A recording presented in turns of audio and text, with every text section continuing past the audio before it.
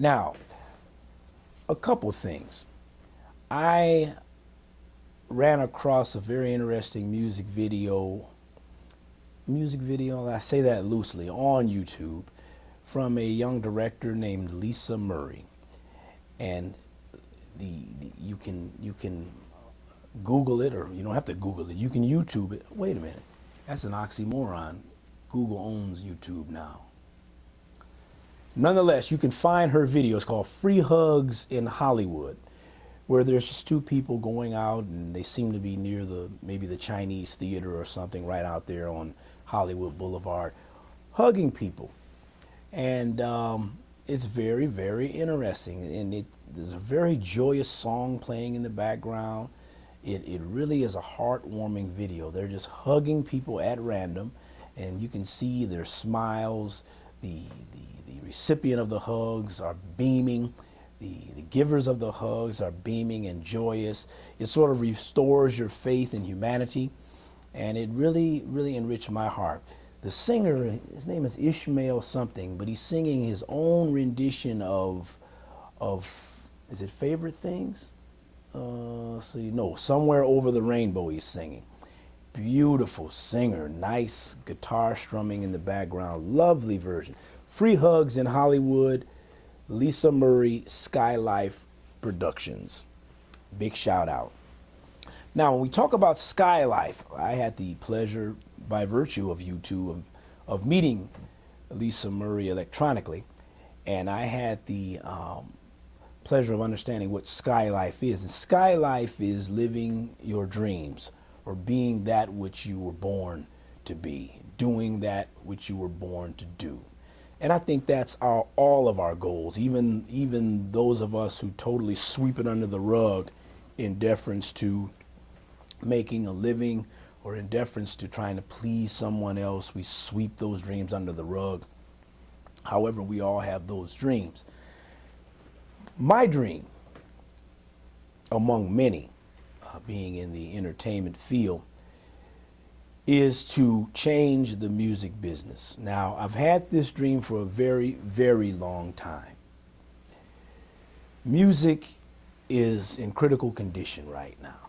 Now, it's easy to sound like our parents, okay? I'm a baby boomer, so we heard it when we heard our parents talking about our music. And it goes through generations and generations. However, never in the history of this nation have we had such derogatory music and such limitedly talented artists. See, at least in other eras there were talented artists and musicians. Today you don't necessarily have to be a talented artist or musician or singer. That's optional. The hype, the promotion can make an artist appear to be happening, so to speak, when most of us know that's not the case. Now, here's where this gets interesting. On YouTube, you can inquire on any musical artist. Most of the artists of your childhood, if you're a baby boomer, whatever generation you're from, you could click on Sinatra, and 24 Sinatra clips will come up. You can click on the Beatles, and a couple hundred Beatles clips will come up. The Police, or Blood, Sweat, and Tears, the Temptations, the Jackson 5, any of these groups you can click on. And what the phenomenon I'm seeing is in the comments I'm reading when these young kids and young adults go to the sites to see, say, the Supremes, okay? Or Dionne Warwick, and they go on these sites and you see a myriad of comments. Most of the comments say things to this effect: I wish I was living in that era. Wow, people could really sing back then. Oh, they're playing real instruments. Oh, the Jackson 5 were actually musicians. Comments like this run rampant. I researched the progressive rock group Gentle Giant, one of my favorites when I was a teenager.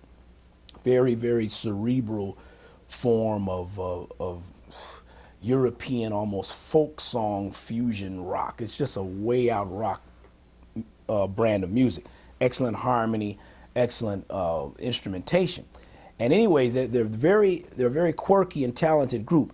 You go to their site and you see the young guys that are into metal and rock today. They say, you know, these guys are from another planet. They're advanced. So the study that I've made, and I've made it most of my adult life, but it's really focusing now.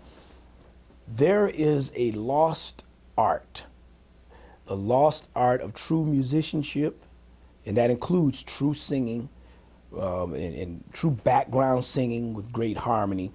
This is a lost art.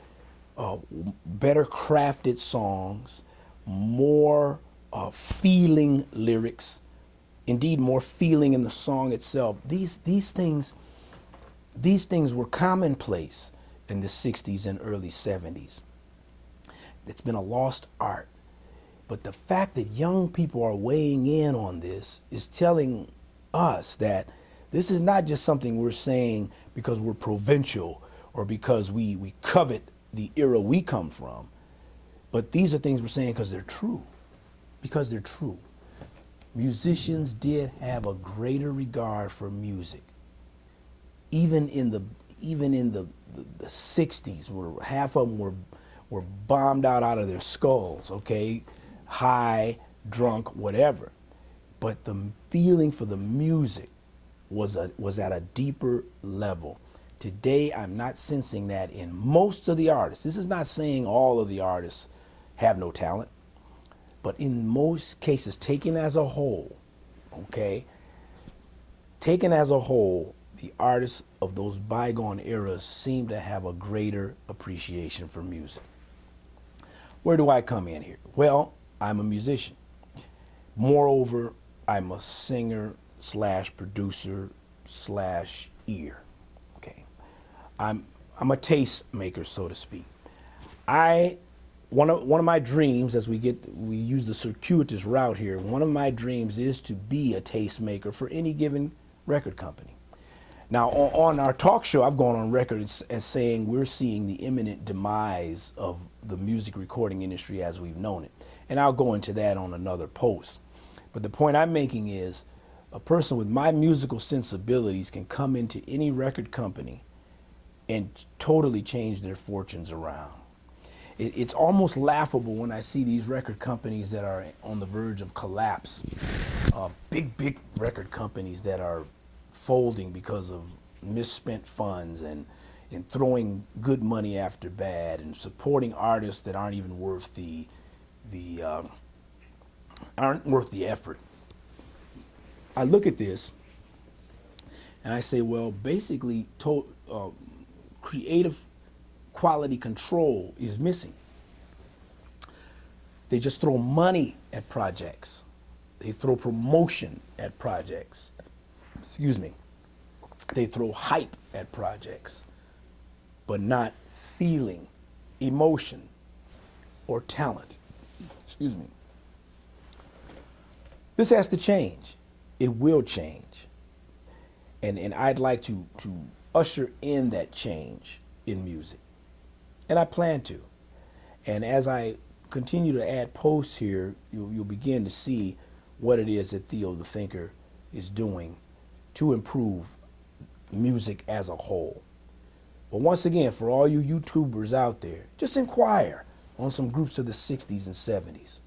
Just inquire. Inquire when you speak of black music, inquire on the groups before, say, 1974 or 75, before disco came in and ruined everything. Check out some of those groups, and you're going to see that it was advancing to higher and higher levels of syncopation, higher and higher levels of harmonic quality. And then the bottom fell out with disco, because I have my theories about why that came in, but we'll talk about that in another post. But nonetheless, the goal for me is to be an integral part of the music industry, wherein the suits at the companies rely on me as their taste maker and taste master. I'm Theo the Thinker from the McClendon Report. Peace and blessing.